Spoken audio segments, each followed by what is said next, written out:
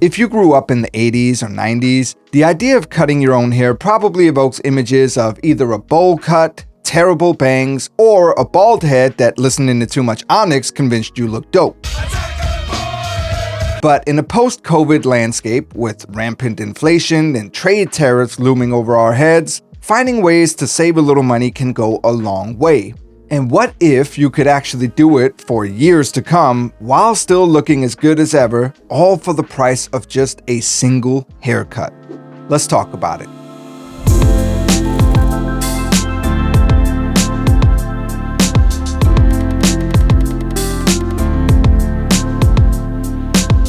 The HC500 Easy Fade from Remington is a hair clipper that promises to make cutting and fading your hair easy. It's right there in the name. This man is a genius. A genius! By providing you with a bunch of specially designed fade combs to accompany the fixed combs you also get. It doesn't try to sell itself to would-be barbers by using fancy terminology or flashy gimmicks. Instead, it's aimed directly at the average person, with the goal being to make cutting your own hair so simple, even an idiot could do it. So I'm gonna put that to the test. You can currently find it on Amazon for about $50, but you might also be able to get it even cheaper than that from a local retailer. I picked up mine on sale for about $35, and yes, I did buy it with my own money, meaning this review isn't sponsored by Remington in any way. So in this video, I'm going to go over the design, build quality, specs, and features before putting it to the test, or rather my head, to see whether it really is worth buying or not. As always, there are timestamps in the description if you want to skip ahead. But first, let's check in with someone that would love to watch you cut your own hair, Brad Pitt, as we ask ourselves the age-old question, what's in the box? So, in the box, we first get a very beefy user manual, which I will of course read in its entirety, followed by a quick start guide of a more manageable size, and then even more paperwork, because apparently giving yourself an easy fade requires you to read War and Peace first. And then we get to the first of several paper bags, this one containing a bunch of fade combs, while the second bag has all of the fixed combs. And after I spend way too long trying to organize all of these combs, we get to a small pouch, which you can use to carry everything. Then, hidden under the back part of the box, I dig out yet another paper bag, this one containing the charger. And finally, after going through more paper bags than a midday drunk, we get to the hair clipper itself. And first impression is that it looks very nice and definitely feels way more premium than the price tag would suggest. And that's everything you get in the box.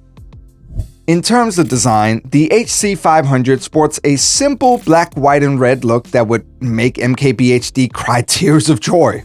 It still has the look of something you'd have at home rather than something you'd see at a professional barber, if you know what I mean, but who cares? You shouldn't buy this thing because you think it looks good, but rather because you think it can make you look good. More importantly, the build quality of this thing is pretty decent overall. Now, it is a budget product at the end of the day, so you won't get around the fact that it's made of plastic, but at least it feels fairly sturdy, and it's also pretty resistant to both smudges and scratches, which helps to maintain the illusion of a higher quality product. It weighs in at around 220 grams, which is pretty close to the ideal weight for a hair clipper according to AliExpress. And while it's neither too light nor too heavy, it is a little top heavy.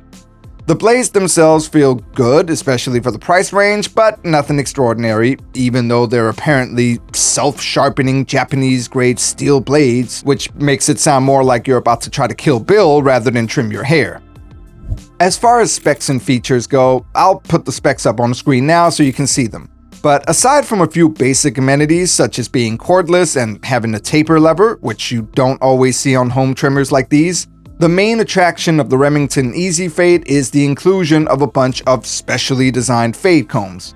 And the way it works is this. As with many other hair clippers, you have a bunch of fixed combs of various lengths. These range from grade 0, which is 1.5 millimeters, all the way up to grade 8, which is 25 millimeters. But then you also get 5 pairs of graded fade combs, each pair having one dedicated fade comb for each side of your head, so one for the left side and one for the right. These fade combs are identified by the two grades they're intended to fade between. For example, grade 0 to 1, grade 1 to 2, and so on, with the idea being that you first trim your hair in these zones using different grades. With a higher number grade, the higher you go, and then you use the correlating fade combs to fade your hair between these zones. Sounds simple enough, right? Well, I think it's time we actually put it to the test. All right, so I'm in the bathroom and I'm about to give myself a haircut for the first time in many years. The worst part being that the only haircuts I've ever given myself have been buzz cuts. All right, I've got my Easy Fade and I'm gonna start with a 3. All right, here goes nothing. Now here's where it gets interesting because I can't see the back of my own head, so as much as I want to do this, I'm just not sure how to actually pull this off without giving myself a very crooked line at the back. I'll start with this side too, we'll see. So I can't tell yet, but I'm pretty sure these lines are very bad. I'm gonna use a little tool to assist me here. It is just so, it's not the thing, it's the mirror. This mirror is so shaky that I'm really having trouble seeing what the hell I'm actually doing back here. And parts of it look fine, and then parts of it look really bad. So far, this is not the fault of the Easy Fade, this is user error, because I don't know what the hell I'm doing. Okay, I genuinely cannot tell what I'm doing back here. I'm just gonna call this a day and then move on to the next level. So far what I've been doing is grade 1, and I'm gonna switch that out for grade 2, which is 6 millimeters. Grade 1 is 3 millimeters. And then I'll do the next line. So the way you wanna do it is you wanna do zones where you do one level, then the next level, and then you fade between those levels. This is looking pretty rough, so let's see how this goes. I won't lie, so far this is not looking good. It does appear to be doing a fine job just cutting my hair. The issue is I'm having trouble seeing where I'm supposed to cut. Maybe it's the lighting in here, maybe it's just my inexperience, but it is a little terrifying so far. I'm gonna try one of the fade combs. So this is the grade 1 to 2. So we'll see what that does. And the way it works is you're supposed to line up the top part with the top part of where I did the fade, or the top part of where I did grade 2, and then it'll transition between those. I am terrified. Let's see how this goes. I will say, from what I can see, and what I can see is not a lot, but it does kind of look like it did a decent job fading between the two lengths. I'll go through it one more time just to be sure. The big caveat so far is the back. This does nothing to help you around the back, and so far the back is not looking great from what I can even see. I'll go through the fade one more time over here. It looks like it's missing a little part. And just to finish it off, I will make the top a lot shorter as well, but I'm not gonna fade into that. This is a grade 5, so let's see what happens. Okay, so this thing, it works well. It works pretty well, honestly. It's for a low budget hair clipper. The speed is fine. It's nothing extraordinary, but it does a decent job getting through your hair and all that. The fade combs, now that I'm seeing it in proper lighting, it looks okay. There's a bit of a hard line here, but some of it might be user error. You also have to think about the taper lever, which can change how close it is. I kept it at the closest the whole entire time. Maybe that's not what you're supposed to do, but it doesn't say that anywhere. So this side looks decent enough, I think, but the other side does look a little rough. Maybe it's also just the way I was angling it. The back, I have no clue how to actually get to that properly. So if you're gonna do this, the Easy Fade itself, theoretically, I think is decent enough. What I recommend is, if you are better at cutting your own hair than I am, sure.